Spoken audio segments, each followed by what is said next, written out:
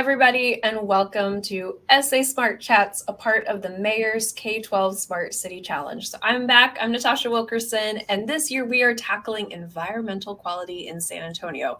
So we have another fabulous guest today. It's Jeanette Hernandez. She is the Deputy Quality Manager for the San Antonio River Authority TCEQ Laboratory Accreditation Program and the Laboratory Quality Assurance Officer for the Texas Clean Rivers Program. She has a bachelor's in biology from Texas State University, San Marcos, and a master's in public health from UTSA. And she has over 15 years of experience in technical laboratory skills, quality system assessments, laboratory accreditation, and field work. Welcome to SA Smart Chats. How are you doing? Thank you so much, Natasha. I'm doing well. Thank you. How are you? I'm doing great, and I'm excited to talk with you. And in your bio, there was a lot of words about accreditation and laboratory and quality systems. Can you give us kind of an overview of what does that all mean? Sure. Well, the main points are that we at the San Antonio River Authority, we have our laboratory is accredited by the state of Texas. And so what that means is that we're a part of a group of laboratories that are held to national standards. It just ensures that the work that we do is top notch, it's of known and documented quality, and we're all consistently following the same guidelines. How big is the San Antonio River Authority? Do you know how many people work there? That's a really good question because I've been there for 15 years. Wow. And I feel like the last time that I heard a number, it was like about 300, but I know since then it has grown. Yeah. So I'm going to say over 300. Yeah, I was trying to give the students like a sense of how big the organization is, because we hear the name all the time, but I was just not sure how big. So it's like quite a few people. It's quite a few people. We do a lot of different things at the River Authority. You know, environmental sciences is just one small part of it, but we have like engineering, we have, you know, parks operations, we manage wastewater treatment plants that service, you know, different areas around the city. So yeah, it's quite robust. Can you tell us about your background? What are we looking at? Oh, okay, yeah. So this is a great blue heron, and we have a River Clicks challenge every year where we send a call out to the community to submit pictures that they've taken. You know, it can be along the river, along one of the parks, you know, anywhere, you know, with wildlife, vegetation, just anything inspiring, and they submit their photos, and I believe they actually get voted on by the public. So this happens through our public-facing website, and this one was actually first place in a couple of categories. It's a beautiful picture, and then all of the pictures or maybe not all of them, but the winning pictures are turned into a calendar. So this is actually, I think, January of 2024. That's awesome. Yeah. And one of the questions I had for you was about native plants. So how do native plants support a healthy ecosystem and improve environmental quality? That's a great question. Native plants, they help to not only stabilize like the soil and let's just say like the banks of our river, but they also promote a lot of, they promote a healthy ecosystem as well. They are not only food and habitat, but part of like reproductive cycles of a lot of our native species of wildlife, you know, like butterflies, um, bees, things like that. So it's not only do they provide like support, but well, they provide support in a lot of different ways. Nutrients. We're really big on promoting like pollinator gardens and things like that. Yeah, I think that's so interesting because when I imagine like the River Authority, I'm just thinking you're focused on the water. But in fact, it's like the whole ecosystem around it. And so what are some of these critical issues that are related to environmental quality that maybe students might consider for this competition? Sure. Some critical issues related to environmental quality, specifically to the San Antonio River watershed that students to consider. One of them is stormwater runoff. That's a big one. Stormwater runoff brings trash, excess nutrients, and various pollutants that run off our lawns and impervious covers or like solid surfaces like rooftops, streets. It brings that water directly into the storm drains, and they empty into the river, and it can negatively affect water quality and aquatic wildlife. And something that the community may not be aware of is that there's no filtration system for these stormwater drains. So everything that enters into the stormwater drain ends up somewhere, including the San Antonio River. So that is a critical issue. Another is illegal dumping, like tires in the river, using riverbanks and empty lots as dumping sites. This just creates another avenue for trash and toxic chemicals to enter our waterways and in our soil. Another concern is invasive species that get introduced into our waterways.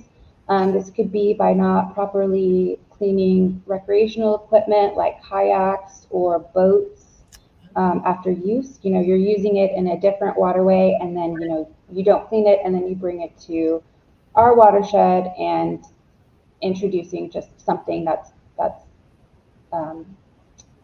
not native. Also, dumping unwanted aquariums. That's another way to introduce an invasive species.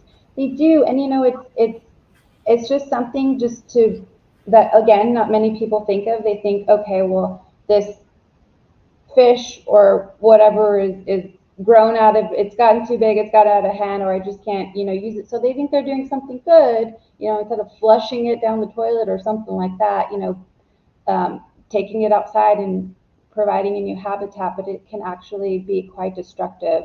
These non-native species can outcompete our native populations. It can change the water quality and the environment, for years to come. We're currently having an issue with apple snails. Zebra mussels is another one that's of a concern right now. And then another one that's been a concern for a while is Plecostomus, or it's more commonly known as the suckermouth catfish. So those are a few. Another issue is just stream or habitat degradation, negatively affecting our wild spaces, just erosion caused by flooding or urbanization. And then lastly, water quantity, or like specifically flooding. Well, we're looking at both extremes, flooding and drought.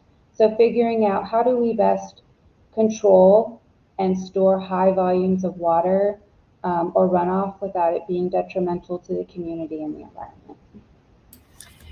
And you gave a lot of great examples here. What would you consider the biggest threat to water quality in San Antonio, and how do we even know the water quality is being affected? I would say stormwater runoff. As I mentioned, there's no filtration for storm drains, so everything that enters it will end up somewhere, including the river. So we've measured that by piloting numerous projects using stormwater BMPs, or best management practices, and also LID, or low impact development strategies. So what we do is we create these projects, and a lot of them are like on our properties so that we can monitor it better. And what we do is we test the water quality of the inflow, the water that's going into these projects, and the outflow, the water that's coming out of them, to determine how successful the project is at removing these pollutants. And so there's several factors that go into how all this is measured. We have to take into account the amount of rainfall for the duration of that storm event, also the flow. And we also want to get a baseline prior to that to get a a snapshot of what the water quality looks like, so we can compare it to a before and after. We also install stations to collect stormwater at various non-point source locations throughout the city, just to help build upon our stormwater database, just to get an idea of what the water quality is, in different parts of San Antonio after it rains. And so it not only helps us to build that database, but it also helps support development and improvement of water quality models that are developed and maintained by our engineering department. And these models, they use these models to measure or to develop these like visualization tools, and to help measure and assist the public and decision makers in understanding both issues and potential solutions. So actually these models are used by like the SA Tomorrow plan, and they're also on our public website, so people can like play with them and really educate themselves and understand what's going on in the city.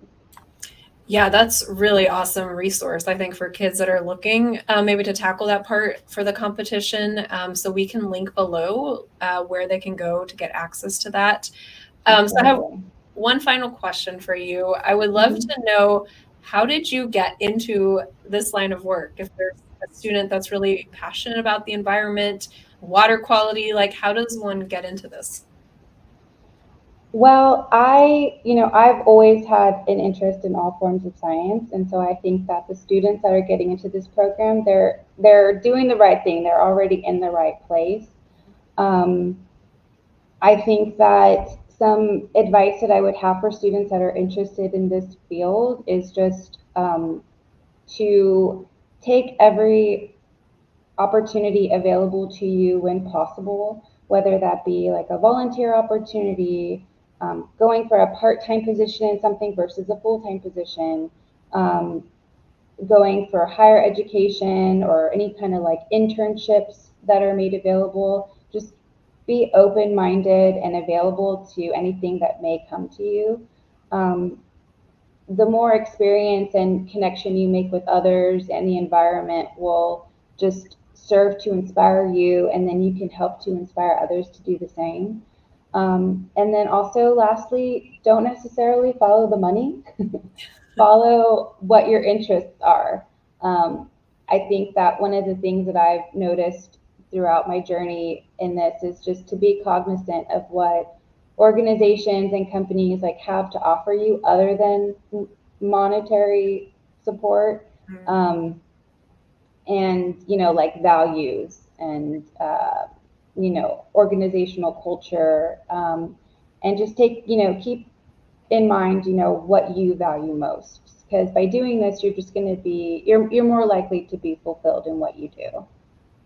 Yeah, I love that. Well, thank you so much for sharing all of your background and knowledge, with the San Antonio River Authority. And I appreciate having you today. Thank you so much. I thank you for having me. All right. Bye-bye, everyone. We'll be back with another SA Smart Chat in the future.